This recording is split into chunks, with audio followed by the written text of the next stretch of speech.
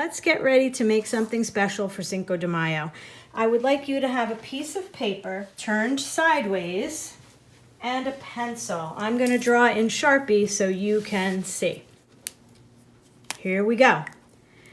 I want you to pick a spot close to the side, maybe 2 fingers in, put a little dot, and the other side, 2 fingers in, put a little dot on the other side, and then you're going to connect these 2 dots with just a little bit of a curve down, a little bit of a smile down, okay? And then you're going to add a little side on this side, just a little line that goes out a little bit on both sides. And you're going to copy this smile line right here. Do it with your finger 3 times so that you know where it's going to end up. And I'm just going to go across like this and connect it. Don't worry if it's not straight. We're making it a sombrero today. And sombreros have brims that wrap around, and they're not always perfectly straight.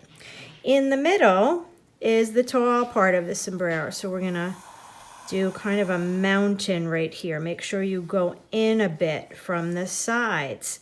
And then you're gonna take your pencil and go right to your corner and wrap around so it looks like the brim goes behind the tall part and around to the other side. And there's your sombrero. Here are some things to be careful about. When you do your first line, make sure you don't dip down far and then do this, and then this, and this. That's not going to look like a sombrero.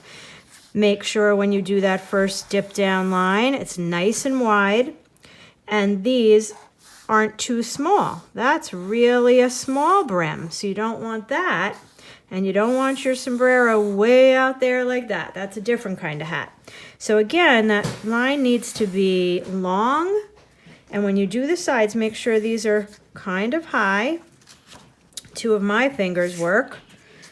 And then dip this down again. Make sure it's not straight or it won't look like it fits around a head. If you do straight lines, you're gonna have this.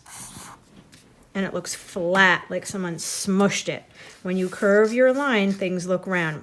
When you're ready to do the mountain, definitely come way in and go pretty high. And if it doesn't look great, start again. This one looks a little bit squished. Do you see my first one is longer? So make sure you're going as big as you can. Only leave a little bit of room on the sides.